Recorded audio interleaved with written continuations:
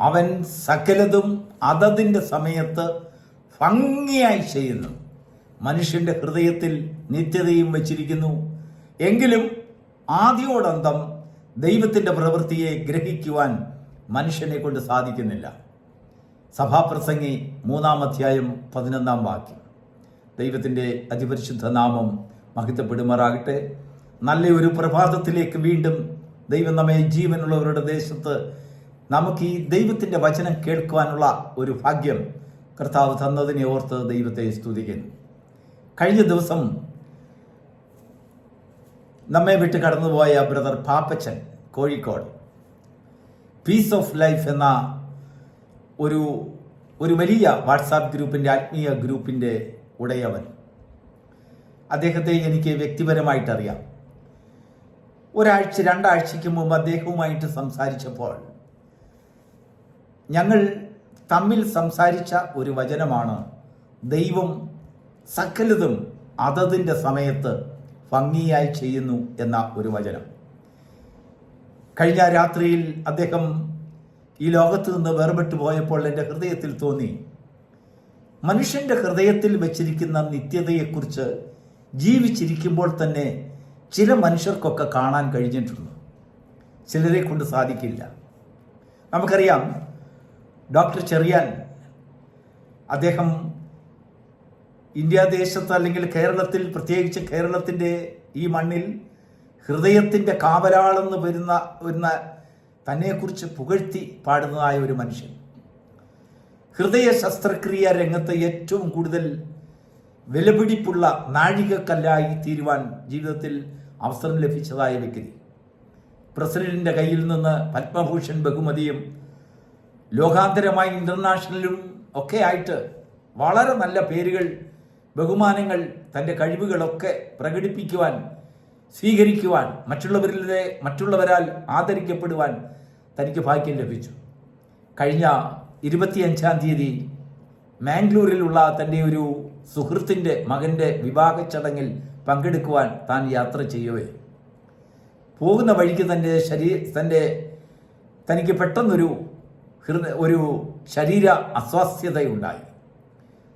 കൂടെ ഉണ്ടായിരുന്നവർ അദ്ദേഹത്തെ വളരെ വേഗത്തിൽ മണിപ്പാൽ ആശുപത്രിയിൽ പ്രവേശിപ്പിച്ചു. പക്ഷെങ്കിൽ പ്രവേശിക്കുന്നതിന് മുൻപ് അദ്ദേഹം ഈ ലോകത്തോട് യാത്ര പറഞ്ഞു. അനേകരുടെ ഹൃദയം മാറ്റിവെച്ച വ്യക്തി, നിന്നുപോയ ശരീരങ്ങളെ വീണ്ടും പ്രവർത്തിപ്പിക്കുവാൻ ശാസ്ത്രീയ രംഗത്ത് വളരെയധികം കഴിവുറ്റ അനേക സമ്മാനങ്ങൾ അല്ലെങ്കിൽ തൻ്റെ കഴിവുകൾ വെളിപ്പെടുത്തിയതായ വ്യക്തി. Doctor KM ചെറിയാനെ അറിയാത്തവരാരുമില്ല. അദ്ദേഹം ഒരിക്കൽ ഒരു ആത്മീയ സമ്മേളനത്തിൽ പങ്കെടുക്കുമ്പോൾ ഉപയോഗിച്ച ഒരു വാചകം ഞാൻ ഇപ്പോഴും ഓർക്കുകയാണ്.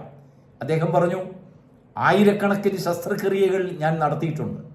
1000കണക്കിന് പേർ എൻ്റെ ശുശ്രൂഷ രംഗത്ത് കടന്നു വന്ന് എന്നോടൊപ്പം സഹകരിച്ച് ഈ പഠനങ്ങൾ നടത്തിയിട്ടുണ്ട്, പ്രവർത്തിച്ചിട്ടുണ്ട്. എന്നാൽ എത്രയോ ഹൃദയങ്ങൾ ഞങ്ങൾ തുറന്ന് ശസ്ത്രക്രിയ ചെയ്യുമ്പോഴും മനുഷ്യൻ്റെ ഹൃദയത്തിൽ വച്ചിരിക്കുന്നതായ ആ നിത്യത എന്ന് പറയുന്നതായ കാര്യം എവിടെയാണെന്ന് ഞാൻ ഹൃദയത്തെ നന്നായി പരിശോധിച്ചു. പക്ഷെങ്കിൽ എൻ്റെ കണ്ണുകൾ കൊണ്ട് അതിനെ കാണാൻ കഴിഞ്ഞില്ല. എന്നിട്ട് അദ്ദേഹം കൂട്ടിച്ചേർക്കുകയാണ്, ഒരിക്കലെങ്കിലും ഒരു മനുഷ്യൻ്റെ ഹൃദയത്തെ തുറന്നു കാണുവാൻ അവസരം ലഭിച്ചിട്ടുള്ളതായ ഒരു വൈദ്യന്മാരും ദൈവമില്ല എന്ന് പറയുകയില്ല. കാരണം ദൈവത്തെ കൊണ്ടല്ലാതെ ഇങ്ങനെ നൂതനമായ ഒരു യന്ത്രം മനുഷ്യന്റെ ശരീരത്തിൽ സ്ഥാപിക്കുവാൻ ആരെ കൊണ്ട് സാധിക്കുകയില്ല, അതിനെ സൃഷ്ടിക്കുവാൻ സാധിക്കുകയില്ല. അങ്ങനെ അത്ഭുതകരമായ ഒരു അവയവമാണ് ഹൃദയം. അത് ദൈവത്താൽ അല്ലാതെ ആരെ കൊണ്ടും സൃഷ്ടിക്കുവാൻ കഴിയുകയില്ല എന്ന് അദ്ദേഹം അവിടെ സമർത്ഥിക്കുകയുണ്ടായി. ദൈവത്തിന് മഹത്വം ഉണ്ടാകട്ടെ. പ്രിയപ്പെട്ട ദൈവത്തിൻ്റെ മക്കളെ, മനുഷ്യന്റെ ഹൃദയത്തിൽ ആ നിത്യത ഇരിക്കുമ്പോൾ മാത്രമാണ് ആ മനുഷ്യ ശരീരത്തിനൊരു വിലയുള്ളത്. നമുക്കറിയാം, ഞാൻ ഒരു പുസ്തകത്തിൽ വായിക്കുകയുണ്ടായി, 2019 ജപ്പാനിൽ ബ്ലൂഫിൻ എന്ന് പറയുന്നതായ ഒരു തിമിംഗലത്തെ, ഭീമാകാരമായ ഒരു തിമിംഗലം സമുദ്രത്തിൻ്റെ അടിത്തട്ടിൽ അത് ചത്തുപോയി. എന്നാൽ ആ ചത്ത ശരീരത്തെ തിമിംഗലത്തിന് $3.1 മില്യൺ അത് ലേലം ചെയ്തു. എന്നാൽ അതേസമയം അന്നേ ദിവസം സിംഗപ്പൂരിലുള്ളതായ വലിയൊരു മില്യണിയറിൻ്റെ മകൻ കൊലാലംപൂരിൽ വെച്ച് മരണപ്പെടുകയുണ്ടായി. 43 വയസ്സ്. ആ ശരീരത്തിന് ഒരു പൈസ പോലും ലേലം വിളിക്കുവാൻ ആരും മുൻപോട്ട് വന്നില്ല. എന്നാൽ ചത്തുപോയ ഒരു തിമിംഗലത്തിൻ്റെ വില പോലും ഒരു മനുഷ്യ ശരീരം അവൻ്റെ നിത്യതയിൽ നിന്ന് അവൻ പോയി കഴിഞ്ഞാൽ അവനെ കൊണ്ട് യാതൊരു ഫലവും ഉണ്ടാകുകയില്ല. ഒരു മനുഷ്യൻ ജീവനോടിരിക്കുമ്പോൾ അവൻ്റെ നിത്യതയെ ദർശിക്കുവാനും അതിനെ നിത്യതയുടെ അനുഭവത്തിലേക്ക് കൊണ്ടുവരുവാനും അവന് അവസരം ലഭിക്കും. അതിന് ഭാഗ്യം ലഭിച്ചവർ വളരെ കുറച്ചു പേരേ ഉള്ളൂ. ബ്രദർ പാപ്പച്ചൻ്റെ മരണത്തിൻ്റെ വിഷയം ഇന്ന് രാവിലെ മറ്റുള്ളവരോട് അറിയിച്ചതായ ഒരു വാക്കിൽ കൂടെ അറിയിച്ചതായ തൻ്റെ മകൻ ഒരു വാചകം പറയുകയുണ്ടായി. പപ്പായ്ക്ക് വളരെ അനുഗ്രഹിക്കപ്പെട്ട പ്രത്യാശ നിറഞ്ഞതായ ഒരു വേർപാടായിരുന്നു ലഭിച്ചത്. വളരെ സന്തോഷകരമായി അക്കരെ നാട്ടിലേക്ക് അദ്ദേഹം പ്രാർത്ഥിച്ച് കടന്നു പോവുകയുണ്ടായി. നോക്കൂ, ഒരു മകൻ്റെ സാക്ഷ്യമാണത്. സമാധാനത്തോടെ ആശ്വാസത്തോടെ ഒരു വ്യക്തിക്ക് നിത്യതയിലേക്ക് പ്രവേശിക്കുവാനുള്ള അവസരം താൻ ജീവനോടിരുന്നപ്പോൾ ആ നിത്യതയെക്കുറിച്ചുള്ളതായ ഒരു പ്രത്യാശ തനിക്കുണ്ടായി. മനുഷ്യന് ജീവനോടിരിക്കുമ്പോൾ അവൻ്റെ ഹൃദയത്തിൽ ദൈവം വച്ചിരിക്കുന്ന നിത്യതയെക്കുറിച്ച് ഒരു ദർശനം ഉണ്ടാകേണ്ടത് ആവശ്യമാണ്. അങ്ങനെ ഉണ്ടാകുമ്പോൾ അവനൊരു ആത്മീയ കണ്ണുകളോടുകൂടെ മാത്രമേ ആ ഹൃദയത്തിൽ ഇരിക്കുന്നതായ നിത്യതയുടെ സ്വഭാവം എന്താണ്, എന്തിനു വേണ്ടിയാണ് ദൈവം നമുക്കത് തന്നിരിക്കുന്നത് എന്നുള്ളതായ ഒരു ബോധം, ഉത്തരവാദിത്വ ബോധം നമ്മുടെ ജീവിതത്തിൽ കടന്നു വരികയുള്ളൂ. ഒരു ഡോക്ടർക്ക് ഹൃദയത്തെ തുറന്നു നോക്കിയാൽ ആ നിത്യതയുടെ അനുഭവം ഏതറകളിലാണെന്ന് വെച്ചിരിക്കുന്നതെന്ന് അവരെ കൊണ്ട് കാണുവാൻ കഴിയുകയില്ല.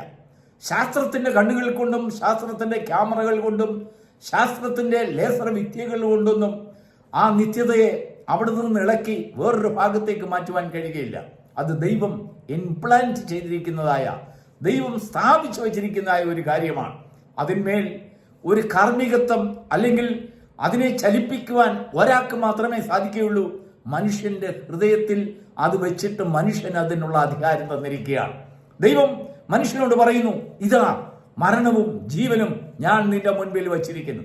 അപ്പോൾ ജീവനും മരണവും ദൈവം നമ്മുടെ മുൻപിൽ വെച്ചുകൊണ്ട് നമ്മുടെ ഹൃദയത്തിൽ തന്നിരിക്കുന്നതായ നിത്യതയിന്മേൽ മോൾഡിങ് ചെയ്യുവാനുള്ളതായ ഒരു അധികാരം നമുക്ക് തന്നു. എങ്ങനെ? നിത്യതയെ നിനക്ക് നിത്യതയിലേക്ക് വിടാം, സ്വർഗീയ ഒരു നിത്യജീവന്റെ അനുഭവത്തിലേക്ക് വിടാം. അതുപോലെ തന്നെ നിനക്ക് നിന്റെ നിത്യതയെ നിത്യശിക്ഷാവിധിക്ക് വേണമെങ്കിലും നിനക്ക് പറഞ്ഞു വിടാം. ആ അധികാരം ദൈവം നമ്മുടെ കയ്യിൽ തന്നിരിക്കുകയാണ്. നാം ജീവനോടിരിക്കുമ്പോഴാണ് അതിൻ്റെ ഒക്കെയും ആ പരമാധികാരം നാം ഉപയോഗിക്കേണ്ടത്. ദൈവത്തിന് മഹത്വം ഉണ്ടാകട്ടെ. യേശുവിൻ്റെ ശുശ്രൂഷ കാലത്ത് ധനികനായ ഒരു മനുഷ്യനെ കുറിച്ചുള്ള ഒരു ഉപമ കർത്താവ് പറയുകയുണ്ടായി. ഒരു മനുഷ്യൻ തൻ്റെ കൃഷി വിളവുകളെയും തൻ്റെ ആദായങ്ങളെയും ഒക്കെ നോക്കിക്കൊണ്ട് അത് കുമിഞ്ഞു കൂടുന്നതായ അനേക ആ വിഭവങ്ങളെ അല്ലെങ്കിൽ ആ കൃഷി ധാന്യങ്ങളെയൊക്കെ കണ്ടുകൊണ്ട് അദ്ദേഹം പുതിയ പുതിയ ആ ഭണ്ഡാരങ്ങൾ കൂട്ടിവെക്കുവാനുള്ളതായ കളപ്പുരകൾ താൻ ചെയ്തുകൊണ്ടില്ലെങ്കിൽ തയ്യാറാക്കിക്കൊണ്ടിരിക്കുമ്പോൾ കർത്താവ് ഒരു ഉപമയായിട്ട് പറയുകയാണ്. അവനോടായി ചോദിക്കുന്നു, അല്ലയോ മനുഷ്യ, ഈ രാത്രിയിൽ നിന്റെ ആത്മാവിനെ ഞാൻ തിരികെ ചോദിച്ചാൽ നീ സമ്പാദിച്ചതെല്ലാം ആർക്ക് വേണ്ടി? Praise the Lord. ദൈവത്തിന് മഹത്വം ഉണ്ടാകട്ടെ. ഈ ലോകത്തിലെ സമ്പാദ്യത്തെക്കാൾ, ഈ ലോകത്തിലെ ധനത്തെക്കാൾ, ജ്ഞാനത്തെക്കാൾ, ഈ ലോകത്തിലെ ബഹുമാനത്തെക്കാൾ വലുത് നമ്മുടെ ഹൃദയത്തിലുള്ളതായ നിത്യതയുടെ ബഹുമാനമാണ്. ദൈവത്തിന് മഹത്വം ഉണ്ടാകട്ടെ.